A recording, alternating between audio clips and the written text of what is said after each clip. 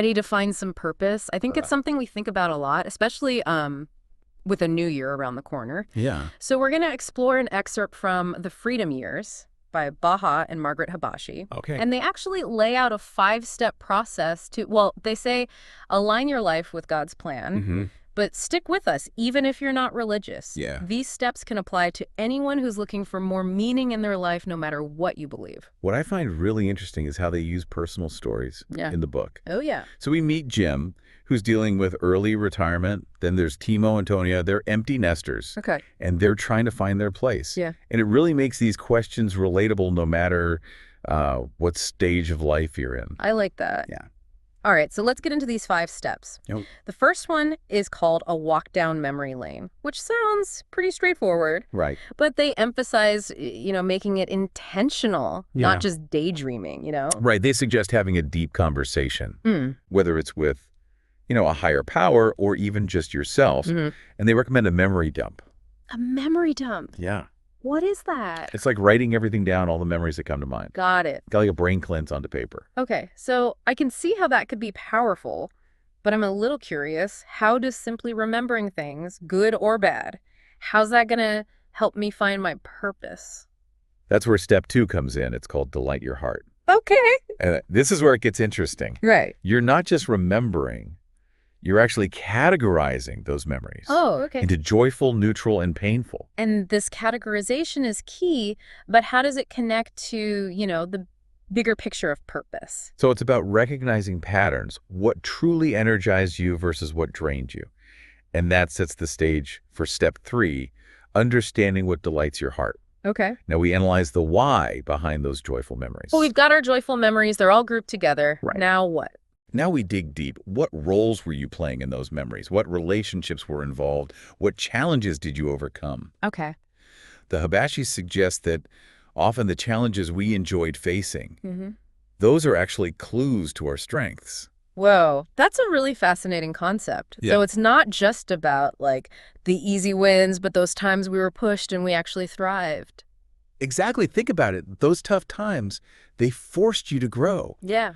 And if you found yourself energized by them, well, that's a sign of your natural potential. I see where they're going with this. Yeah. So it's not just about remembering the good times, but understanding what those times reveal about us. Precisely. And it goes beyond just job titles. Okay. Maybe you were a teacher but felt more fulfilled as a mentor, or you were a manager who thrives as a coach. Right. Okay, I'm starting to get how these steps, how they build on each other. But what about those relationships? Yeah. Why are they so important to understanding our purpose? Because they reveal our values. Who were the people you were with during those joyful times? What qualities did they have? What did you value in those interactions? It gives you insight into what kind of connections truly matter to you. Wow, this is really making me rethink a lot of my past experiences in a new light. But I have to admit, when I hear step 4, define your ministry capacity, I immediately think about religious service, Right. which isn't something everyone relates to. Yeah, you're right. They do use the word ministry. Yeah. But you can think of it as any area where you invest your time and energy. Okay. It's about being intentional with your 168 hours each week, which is a concept that they highlight. Okay. And it's really powerful. They even have a YouTube video that breaks it down. So it's more about how we spend our time and making choices that reflect what matters most to us. Exactly. It's about aligning your time with your values. I see your point about aligning time with values, but what about those unexpected things that pop up? How do we balance spontaneity with this intentional living? That's a great question. And it's actually something they address in the book. They talk about building in flexibility and recognizing that life is full of surprises. Okay. That makes me feel less overwhelmed, for sure. Good. So we've reflected on our past, categorized our memories, analyzed those joyful moments. Where do we go from here? That brings us to step 5, developing your purpose and vision. And this is where their core belief comes in. Okay. The chief end of man is to glorify God and enjoy him forever. But even if you don't subscribe to that belief system, you can still apply the underlying principle. So what would you say that underlying principle is? It's about finding a sense of meaning and purpose that goes beyond just ourselves, something bigger than our own individual needs and desires. Okay. They suggest asking yourself, what do you want to be when you grow up? To tap into that childhood sense of wonder and possibility and think about the kind of impact you want to make. Wait, so they're saying those dreams we had as kids, like, those might actually hold clues to our purpose now. It is. That's pretty cool. Yeah, they encourage you to reconnect with that sense of possibility, and then they bring in this beautiful verse from Micah 6:8. Okay. He has shown you, O mortal, what is good. And what does the Lord require of you? To act justly and to love mercy and to walk humbly with your God.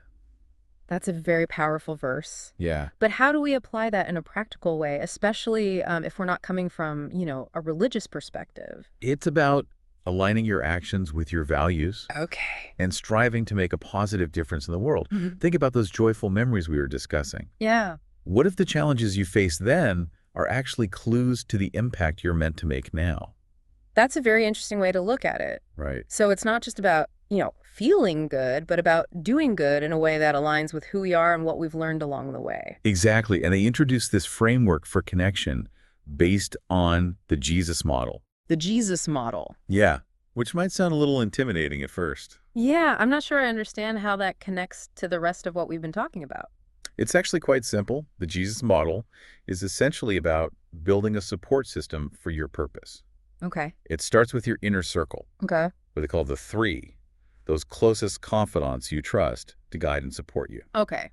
That makes sense. So it's not just about figuring this all out on your own, Right. but about having people to help you along the way. Exactly. Then there's the 12, a smaller group of people who are deeply interested in your vision Mm-hmm. and will support you in achieving it. Okay. And beyond that, there's the 72, a wider network of people who might be interested in what you're doing. So it's like building a team around your purpose, Yeah. starting with your closest allies and then expanding outward. Right. And the first level of the model is the one, Okay. your connection to a higher power or even just your own inner compass. Mm-hmm. It's about finding that inner guidance before you reach out to others. So to recap, we've gone through these 5 steps, and it seems like the key takeaway here is that our purpose is not just about us. It's about connecting to something bigger, whether that's a higher power or our community, or even just making a positive impact on the world around us. That's a great summary. Yeah. And what's so compelling about this approach is that it starts with self-reflection and then guides us outward, showing us how our personal experiences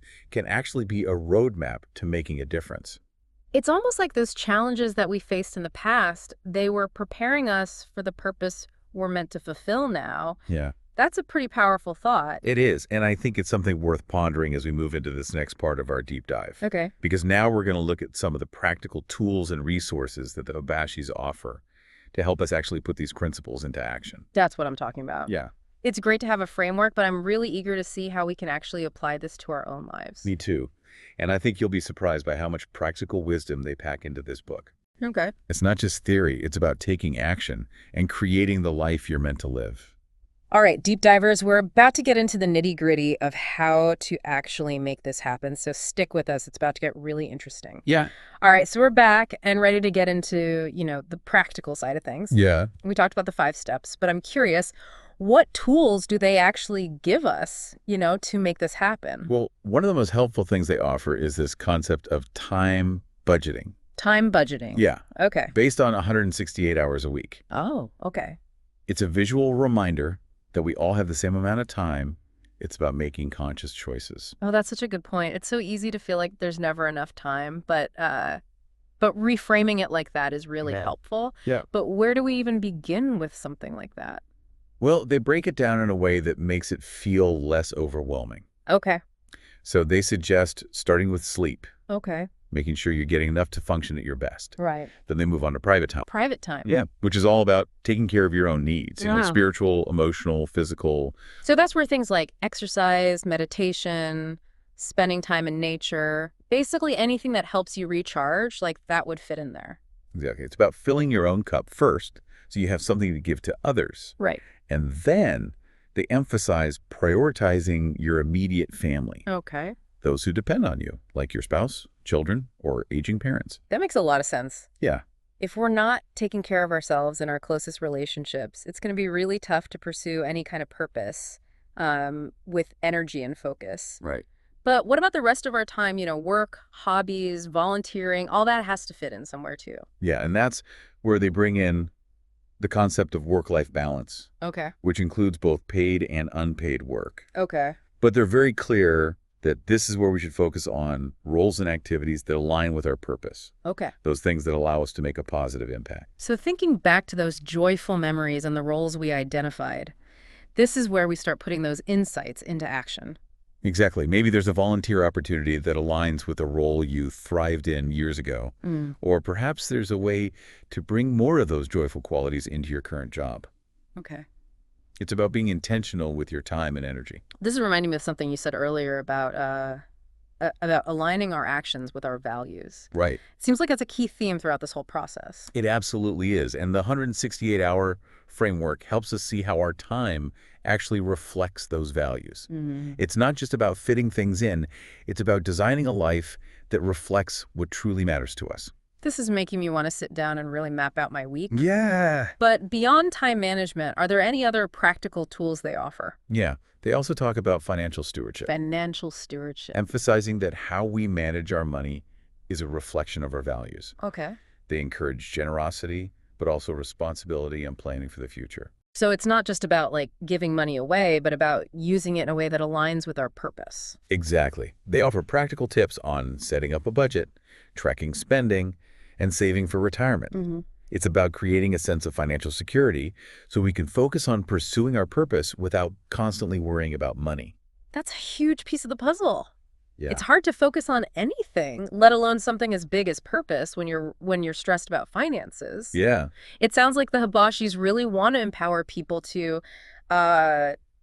take control of their lives on a practical level. They absolutely do. Yeah. They want to give people the tools they need to live a life of purpose and meaning, and that includes taking care of the practical side of things. Okay, so you've got time management, financial stewardship. What else do they cover? Well, they also talk about the importance of community Okay. and how connecting with others who share our values can support us on this journey. They even have a whole chapter dedicated to building a support network based on that Jesus model we talked about earlier. I'm starting to see how all these pieces fit together. Yeah. It's not just about introspection. Right. It's about taking action, managing our resources wisely, and building relationships that support our purpose. It's a holistic approach, for sure. Yeah. And they offer so much practical wisdom on how to do it all. This has been really eye-opening. It's easy to get caught up in the day-to-day and lose sight of the bigger picture, but the tools and resources the Hibashis offer are so helpful for bringing those aspirations back into focus. They are, and I think that's what makes this book so valuable. It's not just about inspiring us to find our purpose, it's about giving us the tools to actually do it. Well said. Yeah. We've covered a lot of ground, but there's still so much to unpack. Yeah. When we come back, we'll explore some final nuggets of wisdom from the Hibashis. Okay. And talk about how we can apply all of this to our own lives. It's good. So stay tuned, deep divers. Welcome back, deep divers. We explored the 5 steps. We even delved into some practical tools like time budgeting and financial stewardship. It's a lot to take in, but I'm feeling energized by the possibilities. It is inspiring, isn't it? Yeah. It's about, taking ownership of our lives and shaping them in a way that reflects our values and our purpose. I completely agree. And as we wrap up our deep dive into the freedom years, Yeah. I'm curious to hear your final thoughts on what the Hibashis want us to take away from all of this. I think their ultimate message is this. Your purpose isn't something you find, it's something you create. It's about taking all those pieces of your life, your experiences, your relationships, your passions, and weaving them together into something meaningful. I love that. It's an ongoing process, an adventure worth taking. It's not about waiting for a lightning bolt of inspiration, Right. but about actively shaping our lives with intention and purpose. And it's a journey, not a destination. Exactly. And it's a journey we don't have to take alone. Right. They emphasize the importance of community and connecting with others who share our values. That makes me think back to, the Jesus model. Yeah. And how it highlights the power of building a support network. Having people who believe in us and our vision can make all the difference. Absolutely. Whether it's a close friend, a mentor, or a whole community of like-minded individuals.